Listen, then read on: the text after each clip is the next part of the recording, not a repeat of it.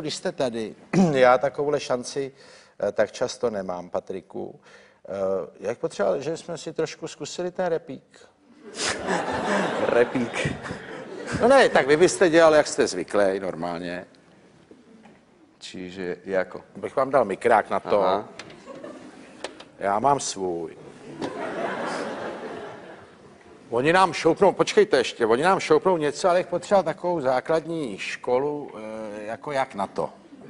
Jako ten, já to mám nakoukaný, to čumím furt, ale teďko, že bych si to s váma zkusil, abych chytil ten drive nebo něco. Ale že musíte mať pripravený nejaký text. No to nemám právě. No tak jako, v tom prípade to bude ťažké. No to si myslím. To si hrábnem. Ale já bych to viděl tak, že já začnu, vy mě odpovíte a budeme si rapovat jako dialog prostě. Ježiš. No, improvizace. Jako kľudne, ale... No, tak ja mám omezenú slovnú zásobu. Já taky.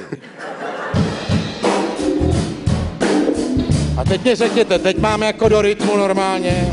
Nebo zkuste něco. Je trošku míň, ať jsme slyšet. My se neslyšíme, musíte trošku míň, tak, aby jsme se slyšeli. A začnete vy jako profik, tak, jedem. OK.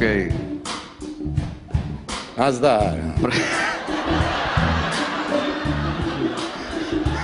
Tak dělej rytmáči. Čekáme tu jako kakáči.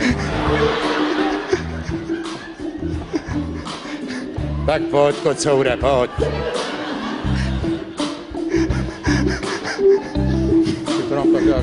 Yeah, prepáč, že som není iba rapper, som multitalentovaný čávo, trendsetter. Nemyslíš si, že když to takhle sypeš, že se z toho podělám? Něco ty tě řeknu tady za nás, za všechny starší kluky, jo? Já tě jebu tě.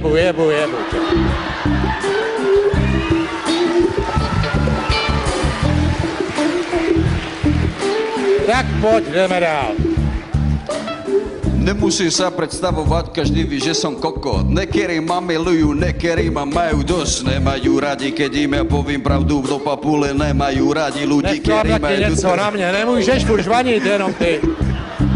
Já ti taky něco řeknu, já jsem někdy taky kokot, člověče, a jsem z toho sám překvapený.